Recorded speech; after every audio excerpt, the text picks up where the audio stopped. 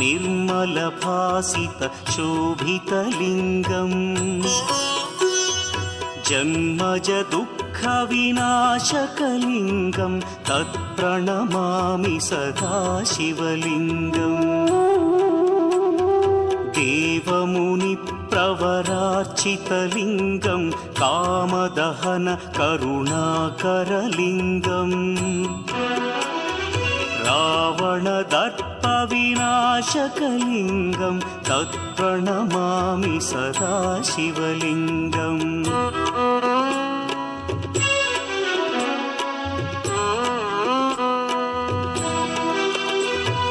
सर्वसुगन्धसुलेपितलिङ्गं